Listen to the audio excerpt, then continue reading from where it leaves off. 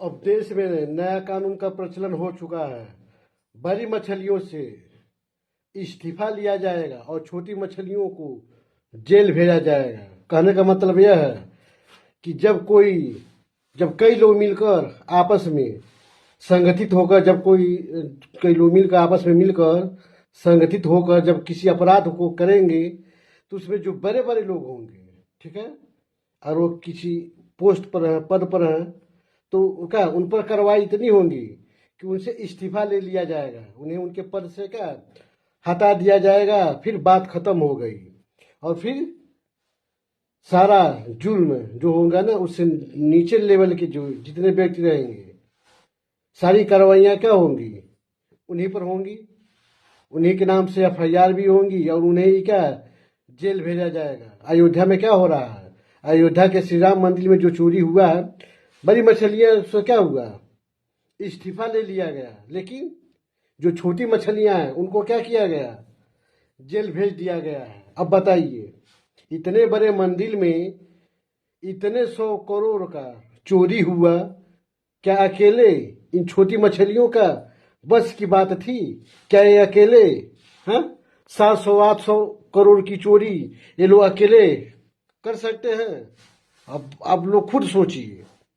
तो यही अब देश में क्या नया परिभाषा आ गया है, जब भी कोई कांड होगा ना तो बड़े लोग बच जाएंगे और छोटे लोग क्या पकड़े जाएंगे।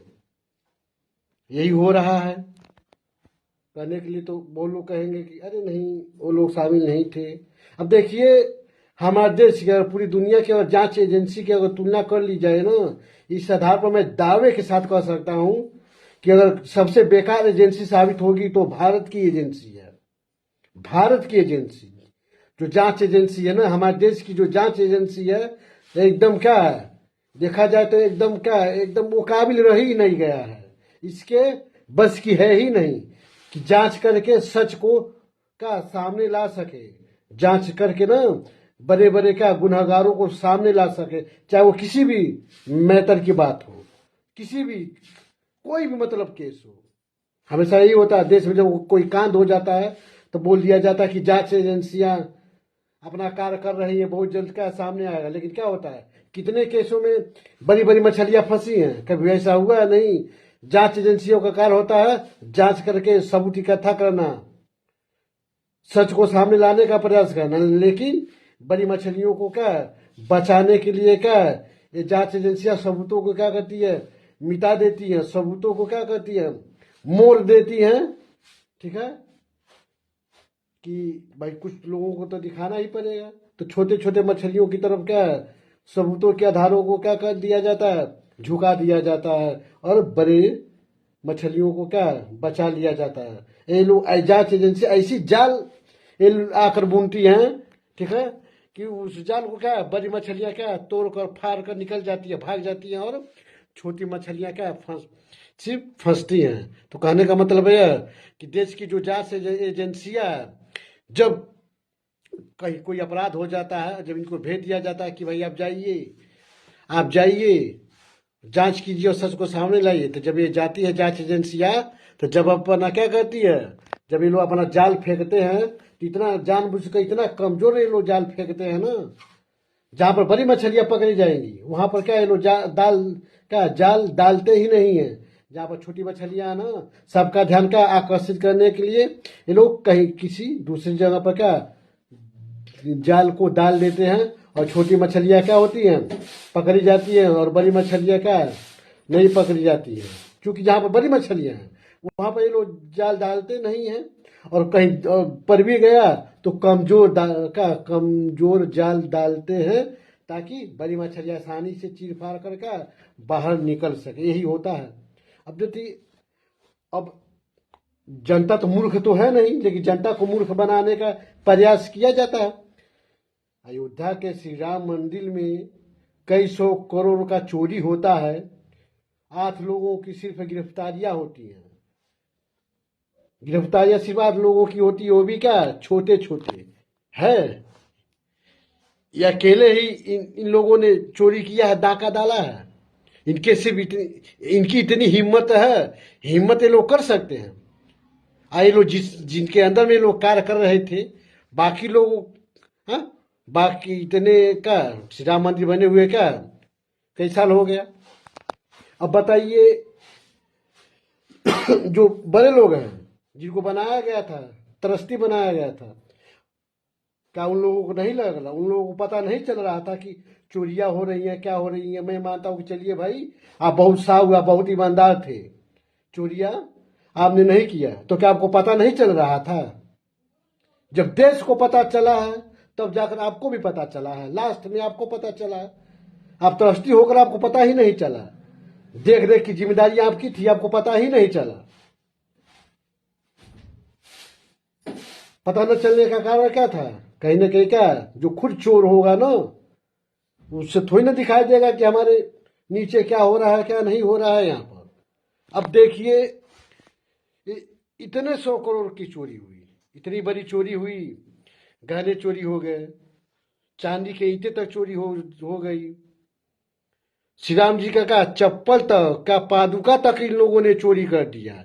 इतने गिरे हुए लोग हैं ना, पादुका तक इन्होंने क्या कर लिया, चोरी कर लिया। अब देखिए, अब पैसे की भूख आप देखिए, धर्म की भूख नहीं है, सत्य की भूख नहीं है, इंसानियत की भूख नहीं है, लोगों के क्या विश्वास की भूख इन्हें नहीं है, और न ही इन्हें सम्मान की भूख है, न ही इन्हें किसी मर्यादा की भूख है तो भूख सिर्फ धन की। उसके लिए चाहे जितना भी नीचे गिरना पड़े, ये लोग गिर सकते हैं। अब सबसे बड़ी यही है, सबका ध्यान कहीं और पर टिका हुआ है, लेकिन मैं इस वीडियो के माध्यम से ध्यान लाने का प्रयास कर रहा हूं जांच एजेंसियों पर। क्या जांच एजेंसियों पर शक नहीं करना चाहिए देश की जनता को? ऐसा हमेशा छोड़ देना चाहिए। देश में जितने भी कहीं भी आपराधिक घटना घटित होती हैं या लापरवाहियां होती है, चाहे कोई भी घटना घटित हो जाती है, जांच एजेंसियां शुरुआत में तो नहीं बैठती है। जब जनता का विरोध होना शुरू हो जाता है तो सरकारें क्या करती है, जांच एजेंसियों को तब जाकर सामने लाती हैं। फिर क्या होता है, कितने जांच एजेंसियों ने सच को सामने लाया। आज तो देश में जहां जहां जांच एजेंसियों को लाया गया है, कितनी सच को इन्होंने सामने लाने का प्रयास किया है।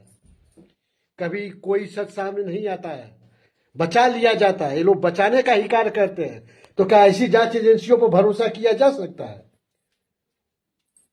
भरोसा किया जा सकता है? एक आम व्यक्ति को भी अगर जांच एजेंसी का हिस्सा बना दिया जाए तो चोर को पकड़ लेगा। मैं बोलता हूं कि किसी के अंदर काबिलियत नहीं है ना, तो सरकार मुझे क्या करे, मुझे जांच एजेंसियों का हिस्सा बना दे। मैं राम सुंदर यादव, मैं सरकार से अपील करना चाहता हूं कि आप मुझे जांच एजेंसियों का हिस्सा बना दीजिए। फिर देखिए, अभी जो रिजल्ट आया ना, इससे लाख गुना बेहतर रिजल्ट मिलेगा। जितने भी चोर हैं सब सारे चोर पकड़े जाएंगे, सारी बड़ी बड़ी मछलियां, बड़े बड़े चोर पकड़े जाएंगे। लेकिन आप ऐसा करेंगे? अगर है कि आप वास्तव में चोरों को पकड़ना चाहते हैं तो आप मुझे बना दीजिए, मुझे नहीं तो किसी का आम नागरिक को ही उठाकर बना दीजिए। आपकी जांच एजेंसियों पर भरोसा रह ही नहीं गया है। बड़े लोग है ही नहीं, बिना बड़े लोगों की सहमति से, बिना बड़े लोगों के शामिल हुए बिना ही ये जो छोटे छोटे लोग पकड़े गए हैं चोरी कर लेंगे? संभव है? संभव है ही नहीं।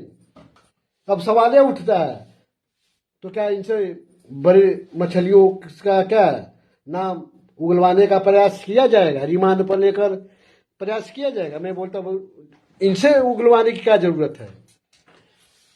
कहाँ से कार्य क्या होता है सब निर्धारित होता है। कौन क्या कार्य देखेगा उसको सब पता होता है, लेकिन फिर भी वो खामोश रहता है तो उसमें वो संलिप्त है। और चोर हमेशा क्या करता है, बड़ा चोर क्या करता है, वो पर्दे के पीछे से ही चोरी करता है, वो सामने नहीं आएगा। कैमरे में क्या, अगर कैमरे में दिख गया कि छोटी मछली क्या कर रही है, पैसे को लेकर जा रही है, गहने को लेकर जा रही है, तो इसका मतलब ये नहीं है किसी वो अकेले ही चोर है। वो तो कमरे में आ गया तो दिख गया, जिसके अंदर में वो है, पूरा सिस्टम है, कंट्रोल है, वो भी क्या, वो भी तो चोर है, सिर्फ उन्हीं को पकड़ा जाएगा। तो वही चीज है। अब देश में नया परिभाषा आ गया, चाहे कहीं भी कुछ भी होगा ना दोस्तों, नया परिभाषा क्या की शुरुआत हो चुकी है कि देश में जब भी अब ऐसी कोई घटना घटित होगी क्या होगा, जो बड़े लोग होंगे या तो स्वयं ही इस्तीफा देकर खुद बच जाएंगे, या फिर उनसे इस्तीफा लेकर हटा दिया जाएगा, उन्हें इतना दंड दिया जाएगा भाई इस्तीफा मांग लिया जाएगा, फिर वो बच जाएंगे। बाकी छोटी मछलियों को जेल भेजा जाएगा, बड़ी मछलियों से इस्तीफा लेकर घर भेजा जाएगा, ताकि वो चोरी किए हुए धन का क्या भोग विलास कर सके, आनंद उठा सके। और छोटी मछलियां, इन्हें भी पैसों की भूख होती है, बड़ी मछली बनने का प्रयास में क्या करती हैं, जिम्मेदारियों को क्या अपने सर पर लोग ले लेती हैं। इतना आसान होता है, इनको डर भय नहीं होता कि सामने कैमरा है, हम चोरी करेंगे तो हमारे जो ट्रस्टी है, जो बड़ी बड़ी मछलियां हैं जिनके संगत में हम हैं, वो हमको निगल जाएंगी, हमें नहीं छोड़ेंगी। क्या इन्हें डर भय नहीं था? लेकिन इनको पता था, कैमरा तो अब सामने आया है ना, इन्हें पता था कि बड़ी मछलियां खुद ही कह रहे हैं शामिल है, वो हमें बचा लेंगी। लेकिन लास्ट अभी क्या हो रहा है, अब जांच एजेंसी पे क्या सवाल उठाना जायज है। यहाँ पर क्या कर रही है जांच एजेंसियां कि बड़ी मछली पकड़े ही नहीं गई, पकड़ी गई तो कौन, छोटी मछलियां। बातों कितने दिनों से हम इतने दिनों से छोटी मछलियों पर ध्यान केंद्रित करने का प्रयास किया जा रहा था, इनके खिलाफ सबूत इकट्ठा करने का प्रयास किया जा रहा था। यही है हमारे देश की जांच एजेंसियां। भाई देश की जांच एजेंसियों पर भरोसा करने लायक है ही नहीं। ऐसे नहीं होता। जांच की जो प्रक्रिया होती है कैसी होती है, कैसी होनी चाहिए, क्या एक आम व्यक्ति नहीं समझता? कोई भी व्यक्ति समझ जाता है कि भाई जांच क्या किस प्रकार की होती है। और कहीं है सारे लोग एक ही जगह पर हैं, मंदिर एक ही जगह है, उस मंदिर में कार्य करने वाले जितने भी लोग हैं, माल उठता है, दान मिला, यहाँ से उठा वहां पर गया, वहां से गया वहां पर गया, कैमरा भी है, सब कुछ भी है, सारा रिकॉर्ड भी है। कोई इतना बड़ा का हिम्मत नहीं करेगा, छोटा व्यक्ति क्या करेगा, इतना बड़ा हिम्मत नहीं कर सकता है कि वो चोरी कर ले, जब तक उस मंदिर के क्या जो बड़े बड़े जो ट्रस्टी हैं, जब तक वो उसमें शामिल नहीं होंगे, लोग हिम्मत कर ही नहीं पाएंगे, इतना आसान है ही नहीं। तो सवाल यही उठता है, कितने बड़े लोगों की गिरफ्तारियां हुई, कितने बड़े लोगों का नाम तो आ रहा था, लेकिन क्या हुआ, कुछ हुआ, कुछ नहीं हुआ, ना कुछ होगा। देश में क्या अब यही प्रचलन अब शुरू होगा, यही सब स्टार्ट हो रहा है। वैसे शुरुआत तो क्या पहले से ही हो चुका है, जहां भी जांच एजेंसियां जाती हैं सिर्फ कहने के लिए हो जाता है, दिखा दिया जाता है, ठीक है। देश भर में क्या है, बस एक तमाशा बनाने का प्रयास किया जाता है कि जांच प्रक्रिया चल रही है, जांच प्रक्रिया चल रही है, लेकिन जांच कहाँ होता कहाँ, कोई सबूत कुछ नहीं मिलता। कोर्ट में ये लोग जाते हैं तो अपना जो भी दाखिल वकील करना होता है करते रहते हैं, रिमांड पर लेते रहते हैं, जमानत लेने नहीं देते, यही नौटंकी यही सब चलता रहता है, ठीक है। लास्ट में क्या होता है, कुछ होता ही नहीं, बड़ी बड़ी घटनाएं घटित हो जाती हैं, कोई दोषी पकड़ा जाता है। सबको पता है अगर कहीं कोई लापरवाही हो जाता है, हाँ? कहीं वो गुजरात का जो पुल हादसा हुआ था, जो मोरबी वाला, सबको पता है भाई। अब जिस मालिक जो है, जो कंपनी ने जिम्मेदारी लिया था, बनवा रहा था, तो कोई हादसा होगा तो मालिक ही तो जिम्मेदार होगा। तो अब इसमें अब जांच वाली अब कौन सी बात है, पता चली गया कि भाई घोर उपेक्षा थी, तो छोटे छोटे लोगों को पकड़ा जाएगा, बड़े लोगों को गिरफ्तार नहीं किया जाएगा, बड़े लोगों को नहीं, आम पब्लिक को क्या, जो कानून नहीं जानते उनको क्या उल्लू बनाने का, मूर्ख बनाने का प्रयास किया जाता है। हर जगह यही पे तो होता है, जहां लापरवाहियां होती हैं। तो लापरवाहियां साबित होती तो कंपनियों को क्या, बड़े बड़े जो कंपनियों के मालिक होते हैं उनको छोड़ दिया जाता है। छोटे कर्मचारी जो होते हैं ना, उनकी गिरफ्तारियां होती है, बड़े लोगों की गिरफ्तारियां नहीं होती है। उसमें कह दिया था भाई जांच हो रहा है, जांच में हम दोषी, अरे भाई कंपनी उसका है तो लाइबिलिटी उसी की तो बनती है, लॉ में लाइबिलिटी उसी की बनती है जिसकी कंपनी होती है। तो इसमें आप पब्लिक को उल्लू बनाने का प्रयास किया जाता है, कहीं वो लोग मिलकर अपराध कर देते हैं, सब कुछ है। तो वहां पर भी यही सब चीज हुआ। अब एक ही कमरे में कोई रह रहा है, अब तहसील में है और सारे कमाई जितना तहसील में होता है, स्टाम्प बेचकर कमाई होता है, बैनामा करके होता है, जितना भी राजस्व एकत्रित होता है, मान लेते दिन भर में एक दिन में अगर क्या, और एक दिन में अगर 50 लाख रुपये अगर राजस्व एकत्रित हो रहा है, ठीक है, और तहसील से क्या जिला स्तर पर हमेशा का 5 लाख ही 6 लाख भेजा जा रहा है, मतलब 45 लाख रुपए का रोज का लूट लिया जा रहा है, तो जाहिर सी बात है बिना तहसीलदार के शामिल हुए क्या इतना बड़ा क्या घोटाला चोरी हो ही नहीं सकता है, हो ही नहीं सकता। तो तहसीलदार के साथ साथ क्या एसडीएम के साथ साथ जितने भी कर्मचारी होंगे सबको पता होगा, क्योंकि पता तो चल ही जाता है। सब क्या एक ही जंजीर में क्या जकड़े हुए हैं और एक ही क्या एक ही कार्य में उनका सारा सभी लोगों का कार्य भी क्या एक ही चीज से बधा हुआ है। तो भाई अब उसमें आप सोचेंगे कौन कर रहा है, हा?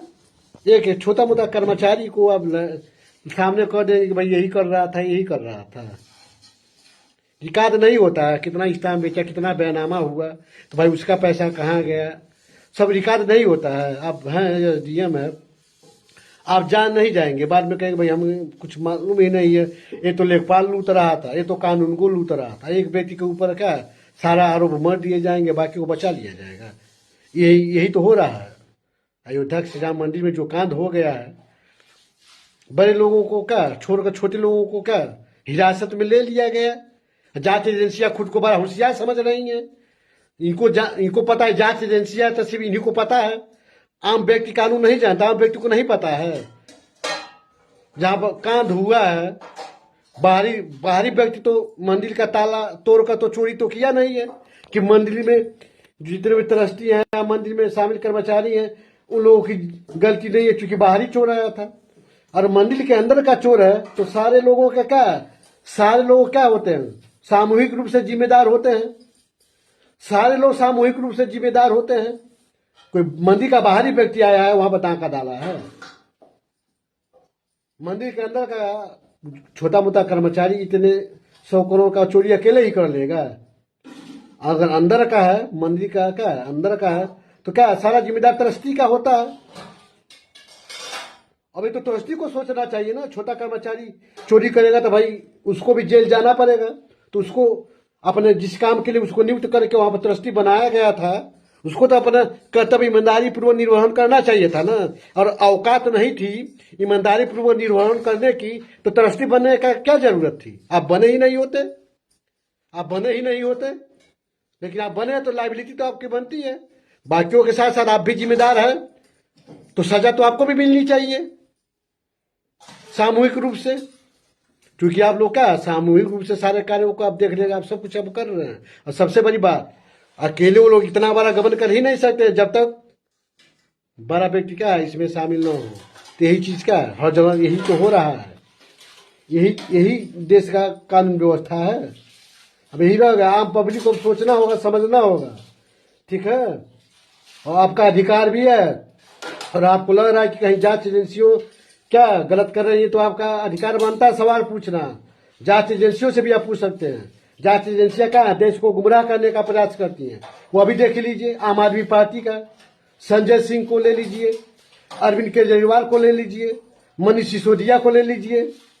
क्या हुआ, ईडी ने क्या किया, ईडी सीबीआई ने क्या किया था, दिल्ली में नौटंकी इन लोगों का हुआ था ना, जेलों में आम आदमी पार्टी के बड़े बड़े नेताओं को भ्रष्टाचार के आरोप में जेल में ये लोग डाले थे कि शराब घोटाला ये लोग किए, शराब घोटाला किए, जमानत भी नहीं मिल रही थी, वो तो बड़ी मुश्किल से सब कुछ हुआ, सबूत कुछ नहीं इनके हाथ था, लेकिन फिर भी नौटंकी इनकी चल रही थी, फिर भी नौटंकी इन लोगों की जांच एजेंसियों की चल रही थी, रिकवरी कुछ नहीं।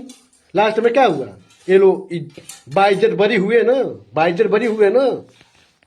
तो यही चीज है, जांच एजेंसियां क्या है अपने पावर का क्या ये लोग मिसयूज करते हैं, दुरुपयोग करते हैं, कानून के साथ खिलवाड़ करते हैं। और कहीं ना कहीं क्या ये खिलवाड़ इसलिए कर पाते हैं, कोर्ट क्या इन लोगों से तीखा सवाल नहीं पूछता, इनकी प्रक्रियाओं के बारे में नहीं पूछता कि आपकी जो प्रक्रिया है, ठीक है, आपने उसका पालन किया। लेकिन जब अरविंद केजरीवाल को जब जमानत देने वाली बात आई थी ना, तो कोर्ट ने क्या प्रक्रियाओं के बारे में सवाल उठाया था कि आप किसी को पूछताछ के लिए बुला रहे हैं, तो कुछ भी आप पूछेंगे जवाब दे तो आप गिरफ्तार थोड़ी ना आप कर लेंगे, जब तक क्या सबूत ना हो, साबित ना हो जाए कि भाई अपराध किया, फिर जमान वमान मिला ना। लेकिन कहने का मतलब ये है कि हर जगह क्या होती है, एजेंसियों क्या करती है, जांच एजेंसियां क्या करती है, डिले करती है, देरी करती हैं।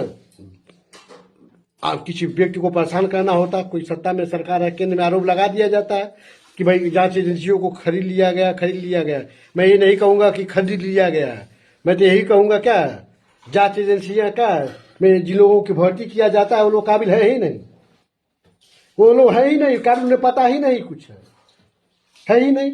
अब खरीद लिया जाता है नहीं खरीद लिया जाता तो सबको पता है, मैं क्यों कहने जाऊँ भाई खरीद लिया जाता है, सब कोई समझदार है, इसमें तो समझ में करता है। जांच एजेंसियां क्यों ऐसा कार्रवाइयां करती हैं वो तो सबको पता है। लेकिन मेन मुद्दा क्या है कि आप कार्य किस हिसाब से कर रहे हैं, जांच करने की प्रक्रिया क्या है, आप जांच किस हिसाब से करते हैं, किस हिसाब से आप जांच करते हैं। जहां पर कुछ नहीं होता है, कहने का मतलब जहां पर कुछ नहीं होता है, आप वहां पर लोगों को परेशान करने के लिए क्या है आप गिरफ्तार कर लेते हैं, जैसे आम आदमी पार्टी के नेताओं के साथ हुआ था। और यहां पर क्या हो रहा है, सब कुछ है तो छोटे मछलियों को पकड़ा जा रहा है और बड़ी मछलियों को छोड़ दिया जा रहा है। इस्तीफा देकर एहसान किए हैं, इस्तीफा देकर एहसान किए हैं, एहसान। जब ट्रस्टी बनाया गया था चलो मान लेते हैं कि ये चोर नहीं है, ठीक है, जनता वैसे ही चोर समझ रही है, ये चोर नहीं है, मैं भी क्या इन्हीं के साथ हूं भाई, ये चोर नहीं, बहुत बहुत सा ईमानदार है। तो वहां पर क्या भांग पीने के लिए थे, वहां पर क्या कर रहे थे, श्री राम जी का भजन गाने के लिए वहां पर आप तरस्ती वहां पर बनकर बैठे हुए थे कि आपके नाक के नीचे इतने 100 करोड़ का क्या चोरी हो गया, डाका पड़ गया, आप वहां पर कर क्या रहे थे, जब आपकी औकात ही नहीं थी, योग्यता ही नहीं थी, क्यों आप तरस्ती बने हुए थे वहां पर, आपको बने नहीं रहना चाहिए था। आपकी जगह कोई दूसरा कोई व्यक्ति होता तो ये घटना नहीं घटित होती होगी। लेकिन यहाँ पर जातिवाद है, जातिवाद है, तो मैं यही बोलता हूं कि सुन लो जातिवाद करने वालों, तुम्हारे जात के लोगों ने क्या मंदिर में चोरी होने से तो नहीं रोक पाए, तुम्हारे जात के लोगों ने तो मंदिर में क्या डाका डालने से नहीं रोक पाए। लेकिन अगर वही किसी अन्य जाति का व्यक्ति को ट्रस्टी बनाया गया होता, सारे जातियों को मौका मिला होता, जातिवाद यहां पर नहीं किया गया होता ना, तो शायद ही क्या चोरी हुई होती। मैं बोलता चोरी हुई ही नहीं होती, चोरी हुई ही नहीं होती। लेकिन यहाँ पर मिल गया भाई क्या, सबको पता है धर्म पर एक ही व्यक्ति अपना वर्चस्व समझता है, जातिवाद करता है, और भाई मिल गया हम डाका डाल लेंगे, डाका डाल लेंगे, डाका डाल लेंगे, किसी अन्य को बनाने का मौका देने का क्या जरूरत ही नहीं है, बना दिया गया। तो तुम्हारे जात के लोगों ने क्या किया, तुम्हारे जात के लोगों ने रोक लिया, उठा लिया अपनी जिम्मेदारी। तुम्हारे बोला जाता है ना, अरे आरक्षण से भर्ती हुए लोग काबिल नहीं होते, आरक्षण से भर्ती लोग काबिल नहीं होते हैं, काबिल होते हैं। आरक्षण तो इसलिए दिया गया कि क्या, आरक्षण तो इसलिए दिया गया कि हमारे जो सीट है, जो जगह है, जो ठीक है, जो अवसर है, तुम सब उसको लूट न सको, छीन न सको, इसलिए आरक्षण देकर क्या उसको रिजर्व किया गया है। काबिल नहीं है, काबिल नहीं है, आरक्षण से होते हैं। तुम्हारे जो थे अपने जो थे वो कितने काबिल थे, वो तो नहीं ना आरक्षण से वहां पर हुए थे, वो कितने काबिल थे जो चोरी होने से नहीं रोक पाए। श्री राम मंदिर में जितने भी ट्रस्टी थे तुम्हारे जाति के लोग, जितने भी जात के तुम्हारे थे बड़े बड़े लोग थे ना, और वो नहीं काबिल मानते हो ना, तुम्हारे जात के लोग काबिल हैं, तो आरक्षण से नहीं थे, कितने काबिल थे, जरा से भी काबिल नहीं थे, जरा से भी काबिल नहीं थे। मैं मानता हूं कि वो लोग चोर नहीं थे, काबिल ही नहीं थे। चोर नहीं थे तो इसका मतलब थोड़ी ना, चोर नहीं थे तो इसका मतलब थोड़ी ना कि बहुत काबिल थे, जरा से भी काबिल, 1% भी इनके अंदर काबिलियत नहीं थी। 1% भी काबिलियत होती तो हिसाब किताब अपना लगा लेते कि भाई मंदिर इतना आ रहा तो किसी का भी ईमान धर्म का डगमगा सकता है, चोरियां हो सकती हैं, निगरानियां रखता, देख रेख का ईमानदारी से करता, अपने कर्तव्यों का ईमानदारी से निर्वहन करता, फिर ऐसी घटनाएं सामने नहीं आई होती, धर्म बदनाम नहीं हुआ होता। लेकिन क्या हुआ, तुम्हारे जात के लोगों ने अपनी काबिलियत दिखा दी कि जरा से भी काबिल नहीं है थे, जरा से भी काबिल नहीं थे तुम्हारे जात के लोग। और इनकी अयोग्यता के कारण क्या हिंदू धर्म बदनाम हो गया। बदनाम हो गया कि धर्म धंधा ही है। बदनाम कर दिया इन लोगों ने धर्म के नाम पर चोरी लूटपाट करके धंधा करके। तो फिर कभी आरक्षण के बारे में मत बोला कि आरक्षण से जिसका सिलेक्शन हो जाता वो काबिल नहीं होता। पहले अपने गिरेबान में झांक कर भाई तुम सब देख लो, फिर जातिवाद की बातें तुम सब करना। तुम्हारे जात के लोग आरक्षण से तो नहीं न हुए थे, तो कितनी काबिलियत थी इनके अंदर। कितने साल से चोरियां हो रही थी, लूटपाट हो रहा था, क्या कर रहे थे ये लोग, बड़े काबिल थे ना। इनकी काबिलियत तो नहीं दिखी। अपने काबिलियत के दम पर चोरी से तो क्या, चोरी होने से तो नहीं ये लोग रोक पाए। रोक लिए होते, दिखा दिए होते अपनी काबिलियत, अपनी ईमानदारी दिखा दिए होते। और किसी के पास अगर कुछ ना हो, सिर्फ ईमानदारी हो ना, तो ईमानदारी भी काबिलियत होती है। और ईमानदार व्यक्ति क्या होता है, ईमानदार व्यक्ति क्या होता है, वो सोचता है कि भाई हाँ सारा हमें जो काम मिला हमें ईमानदारी से करना। जब वो अपने जितना काम मिला उसमें ईमानदारी दिखाएगा तो हो गई उसकी काबिलियत, वो दिख रही है। फिर क्या, वो कहीं कुछ गलत हो ही नहीं पाया। लेकिन यहाँ पर क्या हुआ, तो यही है जातिवाद कर करके क्या हर जगह का गलती तो हो रहा है। कब जातिवाद के बंधन से बाहर निकलिएगा? अभी भी जातिवाद ही कीजिएगा, जाति के नाम पर नफरत कीजिएगा। अरे बंद कीजिए जाति के नाम पर नफरत फैलाना, जाति के नाम पर जातिवाद करना। इंसान को इंसान समझिए, सबको समान नजर से देखिए और एक समान नजर से देखिए। जो संविधान बोलता है कि असमानता नहीं होनी चाहिए, समानता होनी चाहिए। लेकिन कहां पर, यहां पर हो ही नहीं रहा है। तो कहने का मतलब यही है कि जब तक जनता आप जागरूक नहीं होंगे, ये लोग क्या मनमानियां करती रहेंगी। ठीक है, मनमानियां करती रहेंगी ये लोग। और यहाँ पर क्या मैं बोलता हूँ कि जांच एजेंसियां क्या, उनसे पूछना चाहिए, सवाल पूछना चाहिए कि मंदिर के बाहर से लुटेरे नहीं आए थे, बाहर से चोर नहीं आए थे, अंदर के ही चोर थे। सब एक दूसरे से जुड़े हुए थे। और एक बार नहीं हुआ, और सिर्फ एक बार चोरी हुआ होता, सिर्फ एक बार छोटी मोटी चोरियां हुई होती, 8 लाख 10 लाख या 50 लाख की चोरी हो गई होती, या 1 करोड़ 2 करोड़ की चोरी हो गई होती, तो मान लिया जाता कि मंदिर के छोटे मोटे कर्मचारी थे, लालच आ गया तब लूट लिए थे। लेकिन बार बार चोरियां होती रही, बार बार आभूषण गहने जितने भी थे सबको लूट लिया गया, सब कुछ लूट लिया गया। और बार बार घटनाएं होती रही।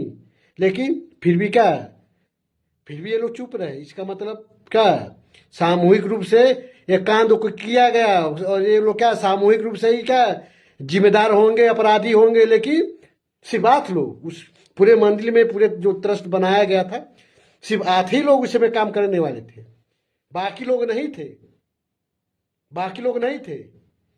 ये इनके ऊपर कार्रवाई तब नहीं होती जब क्या ये लोग अपने कर्तव्यों का पालन किए होते।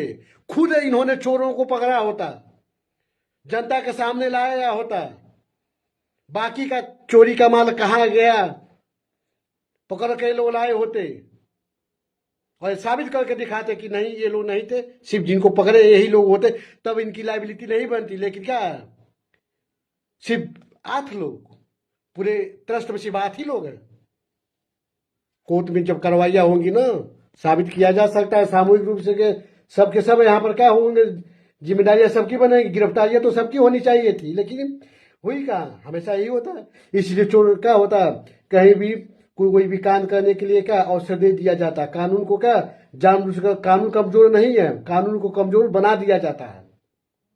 बोला जाता है कि हमारे देश का कानून कमजोर, हमारे देश का कानून कमजोर नहीं है, बहुत सुंदर है। जब कानून का पालन ही ना कराया जाए, कानून का पालन ही ना हो, तो क्या कर लेगा कानून, क्या कर लेगा? उसके स्वयं तो हाथ पैर तो है नहीं किसी का, वो कंधों पर ही चलता है, प्रशासन के कंधों पर चलता है, कोर्ट के कंधों पर चलता है, एडवोकेट है उनके कंधों पर वो चलता है। तो कहने का मतलब यही है, कानून कमजोर नहीं है, कानून के पालन कराने वाले कमजोर हैं। उन्हें पता ही नहीं, उनकी योग्यता ही नहीं है कि वो कानून के रक्षक बन सके, है ही नहीं। और आपके अंदर योग्यता ना हो, आप शारीरिक रूप से क्या मजबूत ना हो, तो आप जाएंगे, आप आर्मी में भर्ती होकर अब बादल पे खड़ा कर आपको करा दिया जाए तो देश की आप रक्षा कर पाएंगे? अगर आप कमजोर हैं तो नहीं कर पाएंगे। उसके लिए क्या, शारीरिक रूप से, मानसिक रूप से तो बात की बात है। सबसे पहले क्या, आपको शारीरिक रूप से मजबूत होना पड़ेगा, तब आप रक्षा कर पाएंगे। तो वही चीज यहाँ पर है, कानून का रक्षा वही व्यक्ति कर पाएगा जो ईमानदार हो और कानून के प्रति क्या, कानून के प्रति उसका क्या जो नजरिया होता है ना, कि हाँ भाई वो सोचे कि भाई कानून सबको एक समान दिखता है, हम यहाँ पर भेदभाव नहीं करेंगे। जो भी कानून का उल्लंघन करेगा, हमें कानून से क्या प्रेम है, जो भी कानून का उल्लंघन करेगा भाई हम उसके विरुद्ध क्या कार्रवाई करेंगे। वो हमेशा क्या होता है, आंखें खोल कर क्या, आंख कान खोल कर क्या, वो हमेशा तैयार रहता है कि कहीं कानून का उल्लंघन तो कोई नहीं कर रहा है। लेकिन यहाँ पर क्या है, बचाने का प्रयास किया जाता है। तो कहने का मतलब यही है कि देश का जो कानून कमजोर बनाने वाले भी देश के नेता हैं, देश का कानून बनाने वाले भी देश के ही नेता हैं, और देश के कानून को कमजोर बनाने वाले भी देश के ही नेता हैं। देश में जितने भी कानून बना हुआ है, चाहे वो संसद में बना हो या विधान मंडल में बना हो, तो वो क्या है, कानून को बनाने वाले देश के नेता ही हैं। और जब कहीं कानून कमजोर पड़ता है ना, तो उसका भी कार्य करते हैं देश के नेता ही करते हैं। कोई अगर अधिकारी ईमानदार है ना, ईमानदारी से कार्य करेगा तो सिफारिश आ जाता है, उसके ऊपर दबाव बना दिया जाता है या उसका ट्रांसफर करा दिया जाता है। वो बेचारा क्या है, जो कि सभी उसके सामने हाथ में आया होता है, वो सही से उसको कर ही नहीं पाता है। यही सब चलता रहता है। जांच एजेंसी आएगी, ईमानदारी से कार्य करना चाहेगी तो उसके ऊपर दबाव डाल दिया जाता है कि भाई आपको ईमानदारी से कार्य नहीं करना। ऐसे आरोप लगाए जाते हैं, और जो आरोप लगाए जाते हैं मैं समझता हूँ सारे आरोप सही होते हैं। जनता या विपक्ष वाले या चाहे जो भी आरोप लगाता है कि एजेंसियों को खरीद लिया जाता है, वो वास्तव में सच ही होता है, क्योंकि दिखता ही नहीं, इनके कार्य दिखते ही नहीं है। पहले हम लोग जब छोटे थे तो सुना करते थे सीबीआई जांच होगी, तो नेता लोग घबरा जाते थे, सीबीआई के नाम सुन को घबरा जाते थे। मांग होने लगती थी कि भाई सीबीआई, जब कोई अपराध हो जाता था तो मांगे उठने लगती कि भाई सीबीआई जांच हो, सीबीआई जांच हो, सीबीआई जांच हो। तो नेताओं में क्या एकदम हड़कंप मच जाता था। तो हम लोग सोचते थे भाई सीबीआई से नेता लोग इतने डरते हैं, इतने डरते हैं सीबीआई से नेता लोग। लेकिन आजकल क्या है, कोई खौफ कोई डर रह ही नहीं गया है, किसी प्रकार की कोई डर कोई खौफ रह ही नहीं गया है यहाँ पर। तो यही सब हो रहा है कि पहले की एजेंसियां क्या करती थी, जो भी जांच होता था वो सच सामने आ जाता था। आज की एजेंसियां क्या, जिस केस को हाथ में लेती है ना, सच सामने आ ही नहीं पाता है, आ ही नहीं पाता है, अधूरा का अधूरा ही रह जाता है। और नहीं तो क्या, उसमें लंबा समय लगने लगता है, 1 साल 2 साल 4 साल 5 साल 10 साल वो जांच चलता ही रहता है। बताइए कौन सा जांच है? तो कहीं ना क्या डिले जानबूझ कर किया जाता है। ठीक है, जांच एजेंसियों में क्या है, भर्तियां भी क्या है, पता नहीं भर्तियां लोग कर कैसे लेते हैं, जिनके अंदर योग्यता अगर नहीं है तो क्या जरूरत है उन्हें भर्ती करने के लिए। हम युवाओं को मौका दीजिए, फिर देखिए विदेश में। लेकिन हो भी नहीं करता है, यही तो है, यही है। तो फिर मैं आप पर छोड़ता हूँ, आप जनता हैं, आप पर छोड़ता हूँ, आप क्या समझते हैं, आपकी क्या विचार है देश में कानून को लेकर, क्या माहौल चल रहा है, क्या नई परिभाषा प्रस्तुत की जा रही है, भविष्य में क्या बड़ी बड़ी मछलियां अपराध करके क्या पकड़ी जाएंगी या बच जाएंगी? समझदार को इशारा काफी होता है, ये आपको तय करना है। जब आप जागरूक होंगे, सवाल उठाएंगे, घेराव करेंगे, अपन मताधिकार का क्या उचित प्रयोग करेंगे, ठीक है, तब जाकर क्या ये लोग सुधरेंगे, नहीं तो ये कभी सुधरेंगे नहीं। देश की व्यवस्था कभी भी नहीं सुधरेगी। अभी यूपी में, अब अयोध्या में जो कांड हो गया, अब अगला जब 2027 का जो चुनाव आएगा उसी में पता चल जाएगा कि हाँ आप कितना सीरियस होते हैं, कितना सीरियस होते हैं, आपको मतदान कैसे करना है, किसे चुनना चाहिए किसे नहीं चुनना चाहिए, किनको मौका देना चाहिए किनको नहीं देना चाहिए, ये आपके ऊपर। एक चीज मैं ये भी बोलता हूं, अभी जब लोकसभा का चुनाव, विपक्ष वाले भी क्या थोड़ा मजा ले लेते हैं, विपक्ष वाले भी मजा ले लेते हैं। जब अयोध्या में क्या हुआ था, अयोध्या में बीजेपी हारी थी ना, अयोध्या से सांसदीय जो सीट था बीजेपी हार गई थी, अन्य पार्टी की, अन्य पार्टी का उम्मीदवार जीता था। तो क्या उसकी अयोध्या में कांड हुआ, चोरी का कांड हुआ है, तो क्या उनकी जिम्मेदारी नहीं भी बनती है? हाँ, उनके संसदीय क्षेत्र में इतने दिनों से श्री राम मंदिर में चोरी हो रहा था, तो क्या आपकी जिम्मेदारी नहीं बनती है? आप तो बीजेपी पे आप तो आरोप लगा रहे हैं, आप बीजेपी तो आप आरोप लगा रहे हैं, तो क्या आप खुद की जवाबदेही से बच रहे हैं? क्या आपके सांसद का जिम्मेदारी नहीं बनती है? वो क्या कर रहे थे? उनको भी तो कहीं से कहीं पता तो क्या नहीं चल रहा होगा? आप कहेंगे दलित समाज का है, मौका नहीं मिलता है। हाँ, ये तो है, जातिवाद की वजह से क्या भेदभाव तो होता है, मौका नहीं मिलता है, लेकिन आपको तो होना चाहिए ना, आपको सचेत होना चाहिए समय समय पर। क्या आपको भी क्या जांच जो होता है ना, निगरानियां का जहां तक संभव हो सके आपको भी क्या सचेत रहना चाहिए था, लेकिन क्या नहीं रहे। नहीं, चलिए कोई बात नहीं, आप ही के पार्टी के माध्यम से ये सच सामने आया। चोरी वाली जो भी बात है ऐसा कहा जा रहा है, लेकिन कहने का मतलब ये है दूसरों पर आरोप बनने से पहले आप भी देखिए, आपकी भी जिम्मेदारियां होती है। नहीं कि जिस पार्टी की जीता हुआ है सरकार है उसी उसी के का जिम्मेदार है। आप पार्टी में नहीं, आप सरकार में नहीं है, और आपके क्या उम्मीदवार जीते हैं, तो आपकी भी जिम्मेदारियां बनती हैं। ठीक है, वीडियो अच्छा लगे तो लाइक कमेंट शेयर जरूर कीजिए, कमेंट करके अपना राय साझा कीजिए दोस्तों। और आप पहली बार मेरे वीडियो पे आए हैं तो आप फॉलो जरूर करते जाइए ताकि नेक्स्ट वीडियो आपको मिल सके। धन्यवाद दोस्तों।